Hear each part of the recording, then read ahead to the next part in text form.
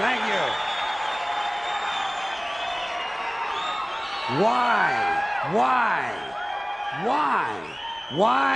Why is it that most of the people who are against abortion are people you wouldn't want to fuck in the first place, huh?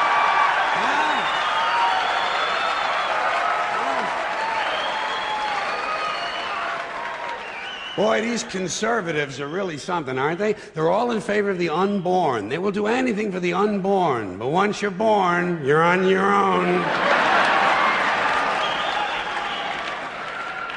Pro-life conservatives are obsessed with the fetus from conception to 9 months. After that, they don't want to know about you. They don't want to hear from you. No, nothing. No neonatal care, no daycare, no Head Start, no school lunch, no food stamps, no welfare, no nothing. If you're pre-born, you're fine. If you're preschool, you're fucked. You're fucked.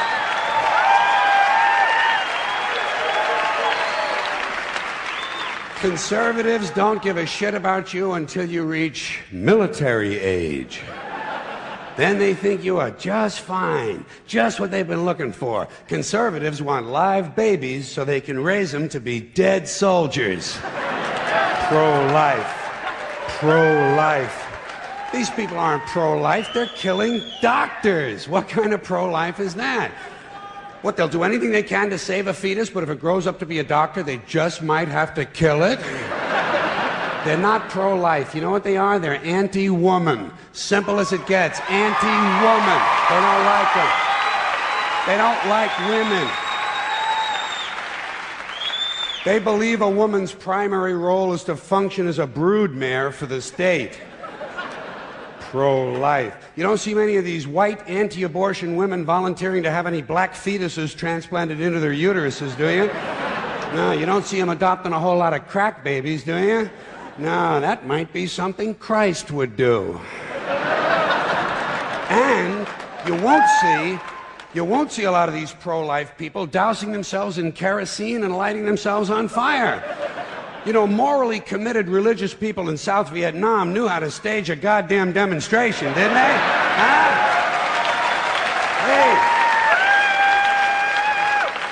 Hey. They knew how to put on a fucking protest. Light yourself on fire! Come on, you moral crusaders, let's see a little smoke to match that fire in your belly. Here's another question I have. How come when it's us, it's an abortion, and when it's a chicken, it's an omelet?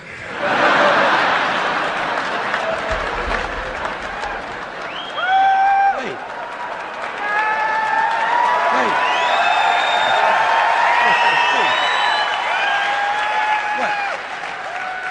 What? Are we so much better than chickens all of a sudden?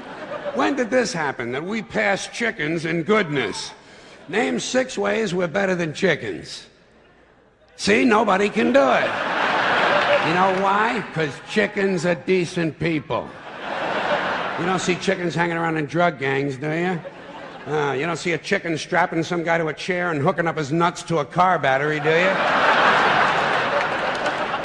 When's the last chicken you heard about came home from work and beat the shit out of his hen, huh? Doesn't happen. Because chickens are decent people. But let's get back to this abortion shit. Now, is a fetus a human being? This seems to be the central question. Well, if a fetus is a human being, how come the census doesn't count them? If a fetus is a human being, how come when there's a miscarriage, they don't have a funeral? If a fetus is a human being, how come people say we have 2 children and 1 on the way, instead of saying we have 3 children? People say life begins at conception. I say life began about 1 billion years ago, and it's a continuous process. Continuous, just keeps rolling along. Rolling, rolling, rolling along. I say, you know something?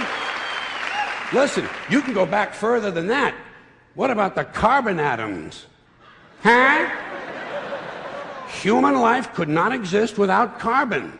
So is it just possible that maybe we shouldn't be burning all this coal? Just looking for a little consistency here in these anti-abortion arguments. See, the really hardcore people will tell you life begins at fertilization. Fertilization when the sperm fertilizes the egg, which is usually a few moments after the man says, gee, honey, I was going to pull out, but the phone rang and it startled me.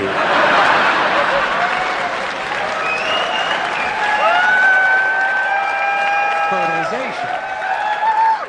But even after the egg is fertilized, it's still 6 or 7 days before it reaches the uterus and pregnancy begins. And not every egg makes it that far. 80% of a woman's fertilized eggs are rinsed and flushed out of her body once a month during those delightful few days she has. They wind up on sanitary napkins, and yet they are fertilized eggs. So basically what these anti-abortion people are telling us is that any woman who's had more than one period is a serial killer. Consistency. Consistency. Hey, if they really want to get serious, what about all the sperm that are wasted when the state executes a condemned man and one of these pro-life guys who's watching comes in his pants, huh? Here's a guy standing over there with his jockey shorts full of little Vinnies and Debbies, and nobody's saying a word to the guy. Not every ejaculation deserves a name. Now, speaking of consistency, Catholics, which I was until I reached the age of reason,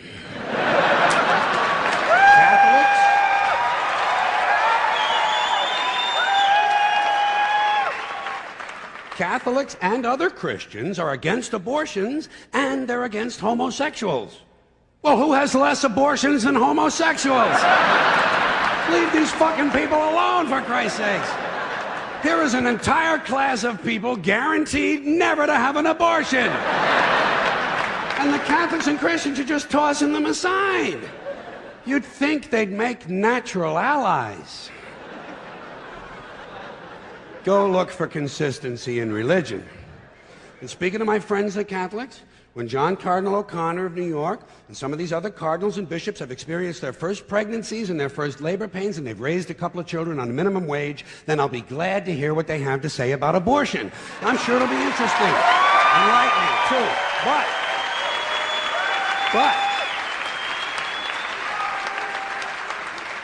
in the meantime, what they ought to be doing is telling these priests who took a vow of chastity to keep their hands off the altar boys. Keep your hands to yourself, Father. You know? When Jesus said, "Suffer the little children, come unto me," that's not what he was talking about.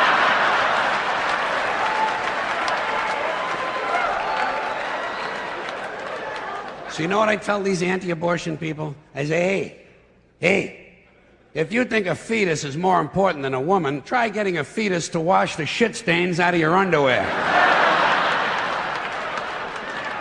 For no pay and no pension. I tell them, think of an abortion as term limits. That's all it is. Biological term limits. But you know, the longer you listen to this abortion debate, the more you hear this phrase, sanctity of life. You've heard that, sanctity of life. You believe in it? Personally, I think it's a bunch of shit. Well, I mean, life is sacred? Who said so? God? Hey, if you read history, you realize that God is one of the leading causes of death. Has been for thousands of years. Hindus, Muslims, Jews, Christians, all taking turns killing each other because God told them it was a good idea. The sword of God, the blood of the Lamb, vengeance is mine. Millions of dead motherfuckers. Millions of dead motherfuckers, all because they gave the wrong answer to the God question. You believe in God? No. Dead. You believe in God? Yes. You believe in my God? No. Dead. My God has a bigger dick than your God.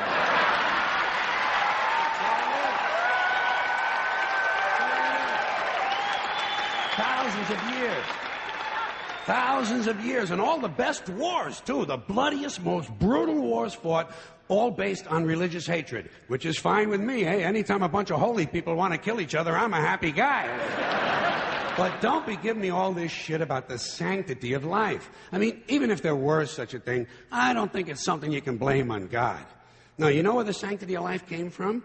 We made it up. You know why? Because we're alive. Self-interest. Living people have a strong interest in promoting the idea that somehow life is sacred. You don't see Abbott and Costello running around talking about this shit, do you? We're not hearing a whole lot from Mussolini on the subject.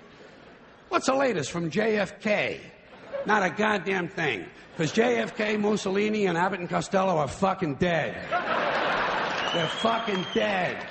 And dead people give less than a shit about the sanctity of life. Only living people care about it, so the whole thing grows out of a completely biased point of view. It's a self-serving, man-made bullshit story. It's one of these things we tell ourselves so we'll feel noble. Life is sacred. Makes you feel noble. Well, let me ask you this. If everything that ever lived is dead, and everything alive is going to die, where does the sacred part come in? I'm having trouble with that. Because, I mean, even with this stuff we preach about the sanctity of life, we don't practice it. We don't practice it. Look at what we kill. Mosquitoes and flies, because they're pests. Lions and tigers, because it's fun. Chickens and pigs, because we're hungry. Pheasants and quails, because it's fun. And we're hungry. And people, we kill people, because they're pests. And it's fun.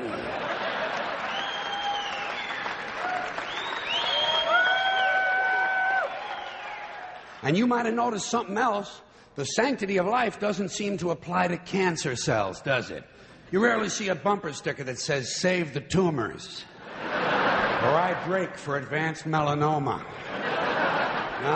Viruses, mold, mildew, maggots, fungus, weeds, E. coli bacteria, the crabs. Nothing sacred about those things. So at best, the sanctity of life is kind of a selective thing. We get to choose which forms of life we feel are sacred, and we get to kill the rest. Pretty neat deal, huh? You know how we got it? We made the whole fucking thing up.